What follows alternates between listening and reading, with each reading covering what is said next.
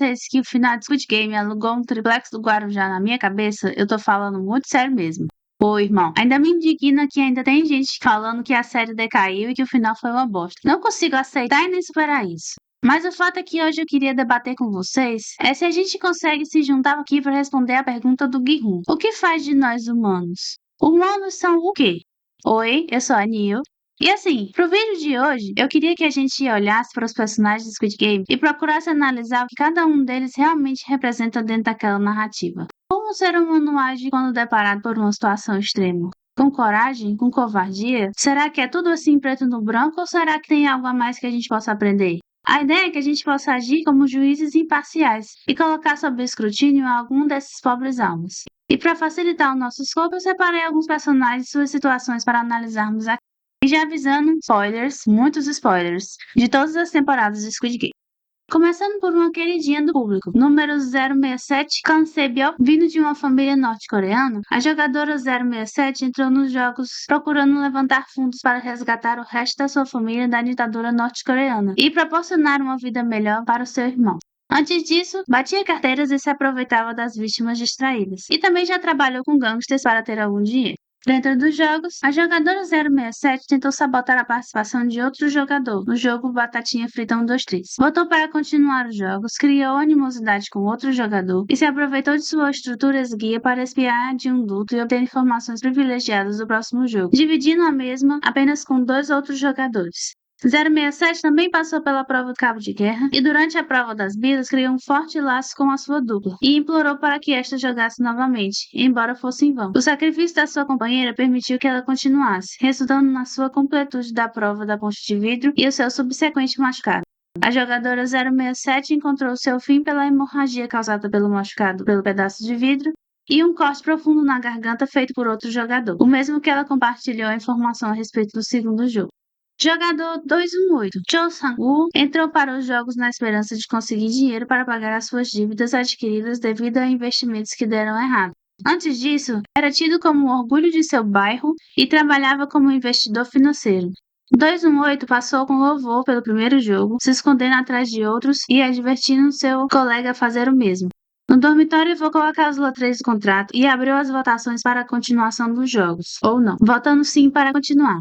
218 obteve informações privilegiadas sobre o segundo jogo e aconselhou seus companheiros a se dividirem para melhores resultados, mesmo sabendo que talvez isso resultaria em suas mortes. Passou pela terceira prova com seu grupo e durante a quarta prova enganou seu parceiro para que ele lhe entregasse as suas vidas, o deixando para morrer. Durante o jogo da ponte de vidro, o jogador 218 passou sem problemas até a parte final, onde empurrou outro jogador para a morte. Antes do próximo jogo começar, aproveitou a faca deixada pela staff para eliminar outro jogador, ficando somente ele e seu amigo de infância para a final. 218 encontrou seu fim ao se ferir no próprio pescoço, com a faca que lhe fora dada, não antes de pedir ao seu amigo que cuidasse de sua mãe idosa. Jogador 001, Oh Il-nan, também conhecido como líder, foi um magnata financeiro durante toda a sua vida e mais tarde criador dos jogos Squid Game. E antes de entrar nos jogos, o jogador 001 fora diagnosticado com tumor cerebral e não tinha muito tempo de vida. Sua participação nos jogos se resumiu a passar pelo primeiro e segundo jogo com muita facilidade, se tornando aliado de outros jogadores durante o terceiro jogo e oferecendo ajuda e conhecimento sempre que pôde. Durante o quarto jogo, sua dupla tentou enganá-lo para ficar com todas as suas vilas, mas apesar disso, ele as entregou de bom grado e fez ali a sua saída dos jogos, permitindo que o seu parceiro avançasse. 001 encontrou seu fim em uma cama de hospital, sucumbindo ao seu tumor e conversando com outro jogador sobre a moralidade humana. Jogador 125, Park Min-soo, entrou nos jogos para pagar as suas dívidas devido a um esquema de golpe de aluguel, e não se tem muitas informações sobre a sua vida anterior aos jogos. Passou com sucesso pelo primeiro jogo, Batatinha Frita 123, e se juntou a outros jogadores ao jogar o segundo jogo, também passando com sucesso. Devido à sua natureza tímida e manipulável, o jogador 125 passou a obedecer às ordens de outros jogadores sem muito questionamento, mudando diversas vezes o seu voto de não para sim e vice-versa. Durante o terceiro jogo, se preocupou com um dos seus companheiros, mas acabou traindo o outro, o que o deixou na beira de um colapso mental, o qual veio finalmente após o jogo especial, no qual sua principal aliada foi eliminada. Após esse evento, durante o quarto jogo, 125 passou a usar substâncias ilícitas após encontrar o suplemento de drogas de outro jogador, mesmo prometendo à sua aliada que não usaria, o que fez passar pelo quarto e quinto jogo com sucesso, no qual este último manipulou outro jogador a ser o primeiro a atravessar a plataforma. 125 encontrou seu fim após ser empurrado de uma das plataformas durante o sexto jogo. Jogador número 100, Im Song-dae, entrou para os jogos em ordem de conseguir dinheiro para pagar a sua dívida de 10 bilhões de wons. Antes disso, atuava como homem de negócio, presumidamente no mercado financeiro. Durante a sua participação nos jogos, apesar de sempre incitar outros jogadores a votarem pela continuidade dos jogos, o jogador número 100 não apresentava a mesma bravata durante as rodadas, sempre procurando se esconder, mentir, trair, trapacear e implorar por sua vida. Também ficou fazendo chacota quando a tentativa de rebelião de outros jogadores falhou e ameaçou outros finalistas na votação final. 100 encontrou seu fim após ser empurrado de uma das plataformas durante o sexto jogo. Jogadora 120, Cho Hyun-ju, participou dos jogos para arrecadar fundos para as suas cirurgias de afirmação de gênero. Antes disso, não se tem muitas informações sobre a sua vida, exceto um registro de background militar. Durante o primeiro jogo, Batatinha Frita 123 atravessou o campo com sucesso e resolveu arriscar a sua vida para ajudar a salvar outro jogador, o que foi em vão, pois esse já estava eliminado. Seu time foi um dos primeiros a passar no segundo jogo, e durante o terceiro jogo, esta perdeu uma importante aliada. Sua personalidade protetora fez com que sempre tentasse ajudar os seus aliados de todas as maneiras possíveis. Tomou parte na tentativa fracassada de rebelião, mas não tomou medidas punitivas por isso. A jogadora 120 encontrou seu fim durante o quarto jogo, após retornar por suas companheiras depois de encontrar a saída. Foi apunhalada pelas costas por outro jogador. Jogador 333, Lee Young-gi, entrou nos jogos como uma forma de pagar as suas dívidas devido a fraudes financeiras e esquemas de golpes. Antes disso, era um conhecido youtuber que dava conselhos financeiros de investimentos em criptomoedas para seus jogadores. Passou pelo primeiro jogo sem muitos problemas, voltando posteriormente para a continuação dos jogos. Mas durante o segundo jogo, após constatar que sua ex-companheira estava presente, mudou a sua estratégia e mudou seu voto para não, apesar do protesto de outros jogadores. E a partir daquele momento, sua mentalidade passou a ser de proteger a sua ex-companheira. Durante o terceiro jogo, suas ações causaram a morte de uma outra jogadora, mas salvaram outros de um fim certo, e posteriormente a eliminação de outro jogador por defesa própria. Durante o quarto jogo, apesar de ser necessária a eliminação de apenas um jogador do outro time, 333 e mais outro jogador optaram por continuar eliminando indiscriminadamente outros jogadores, resultando na morte de uma aliada. Apesar de tudo isso, o jogador 333, quando confrontado, se recusou a assumir a responsabilidade por suas ações, algo já recorrente com o seu esquema de criptomoedas anterior. Durante o quinto jogo, ao ver a sua companheira machucada, ele a abandonou e sente remorso ao ver a sua eliminação. Durante o último jogo, apesar de inicialmente ter tentado proteger o seu bebê recém-nascido, ele surta, tanto pelo fato de estar de luto como pelo fato de sua companheira ter escolhido outro jogador para proteger o seu bebê, fazendo com que ele tente eliminar a criança a qualquer custo. O jogador 333 encontrou seu fim após cair de uma das plataformas durante o sexto jogo. A jogadora 222, Kim Jung-hee, entrou nos jogos como um modo de conseguir dinheiro para pagar as suas dívidas e também uma fonte de renda para criar o seu bebê, que estava para nascer. Antes disso, não se tem muitas informações sobre a sua vida, somente que ela cresceu em um orfanato e um registro de relacionamento com um youtuber famoso de criptomoedas.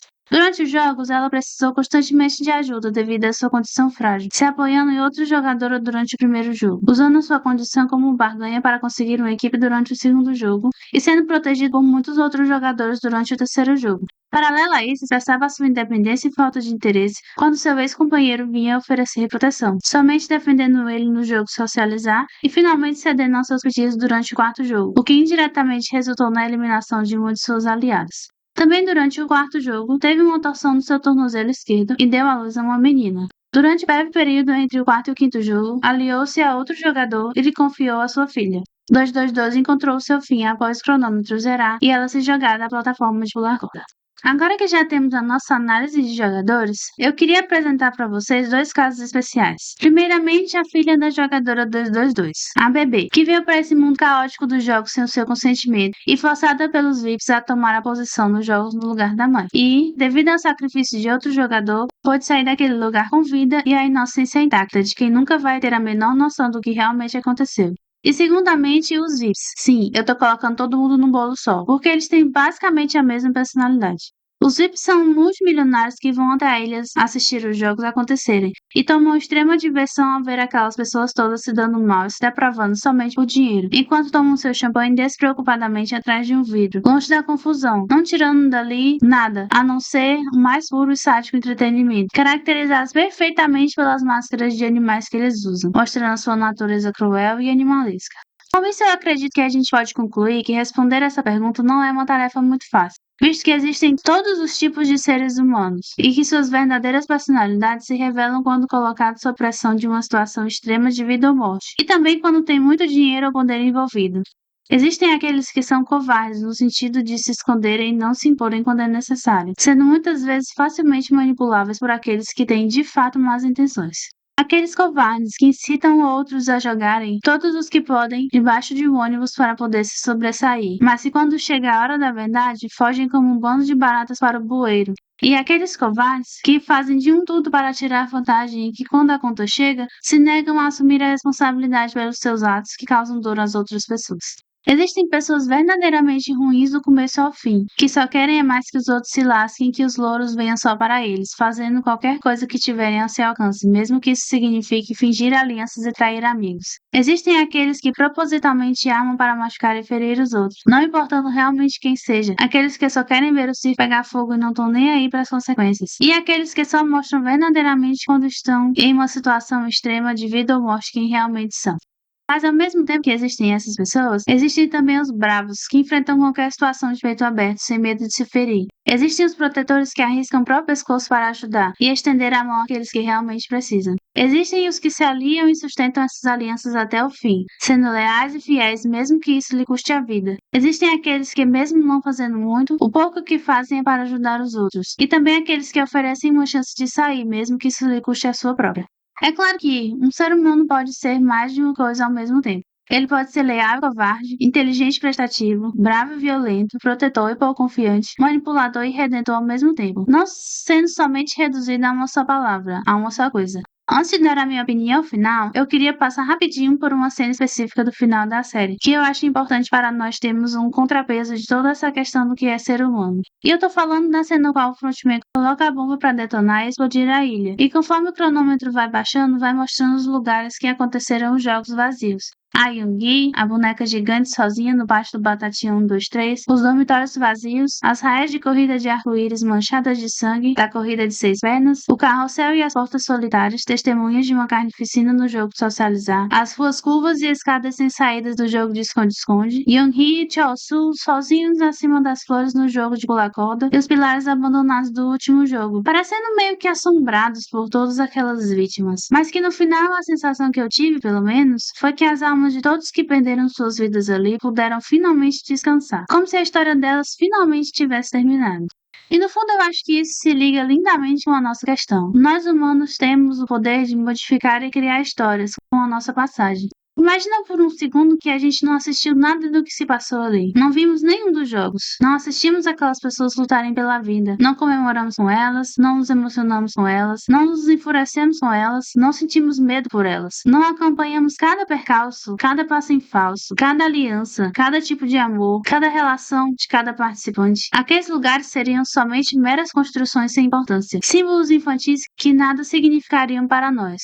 Então, humanos, no final das contas, são um potencial, algo latente, que espera o estímulo certo para aflorar em algo ainda inexplorado, novo. São agentes de ação, cada um com um lápis na mão para escrever a sua própria história e deixar a sua marca no mundo. Não importando se está certo ou está errado, se é uma boa história ou se é uma péssima história, se importando somente em deixar a sua marca, de ser lembrado. São o pior da humanidade, o que vira a cara quando o outro pede ajuda, que ri do sofrimento alheio, que monta situações em que o outro é prejudicado, que se diverte conspirando e traindo uns aos outros, como se não fosse nada. São covardes que jogam uns aos outros na frente do tráfico, que se escondem e se diminuem quando mais se precisa deles, que se negam a assumir os seus erros e transformam isso em um problema de todos. São agentes do caos, que só querem ver o circo pegar fogo e esquecer que o mundo existe. São o melhor da humanidade. São atores da bondade, que fazem questão de estender a mão quando alguém está precisando, que colocam o outro na frente mesmo que isso signifique que eles ficarão para trás, que voltam para proteger os mais vulneráveis sem pensar duas vezes, mesmo que isso lhe custe a vida. São inteligentes e independentes, usando seus atributos tanto para o bem como para o mal. São aqueles que se sacrificam quando é por um bem maior, e provam que ainda existe pelo que lutar nesse mundo.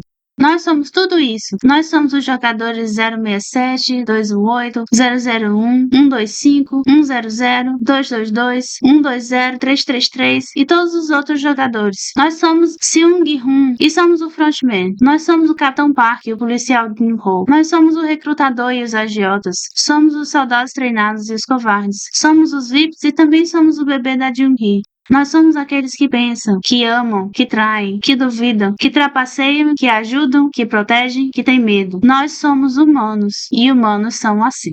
Nossa, eu amo essa série e a defenderei com unhas e dentes até o fim, tá? Um beijo.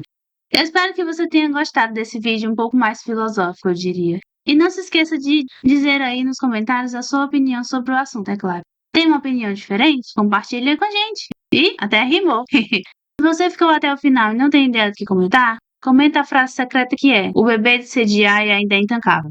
Curte, compartilha e se inscreve se você quiser. E é isso. Tchau!